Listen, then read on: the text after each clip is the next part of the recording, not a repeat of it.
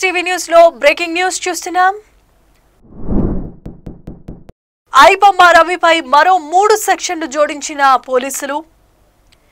ఇప్పటికే రవిపై 10 సెక్షన్లు పెట్టిన పోలీసులు. ఐటీ యాక్ట్, బిఎన్ఎస్ సెక్షన్లు, సినిమాటోగ్రఫీ యాక్ట్, ఫారినర్స్ యాక్ట్ కింద 10 సెక్షన్లు పెట్టిన పోలీసులు.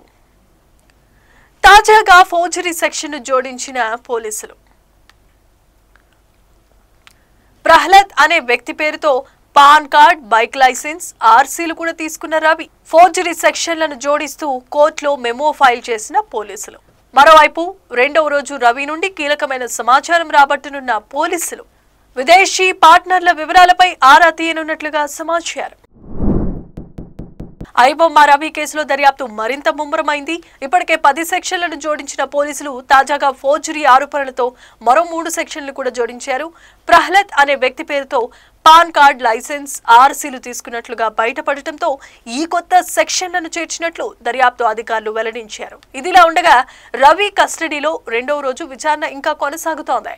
క్రిప్టో వాలెట్లు, విదేశీ భాగస్వాములు, లావాదేవీలపై కీలకమైన సమాచారాన్ని రాబట్టేందుకు ప్రత్యేకమైన బృందాలు రంగంలోనికి దిగాయి. త్వరలోనే ఈ కేసులో మరిన్ని అంశాలు వెలుగులోనికి వచ్చే అవకాశాలు మెండుగా కనిపిస్తున్నాయి.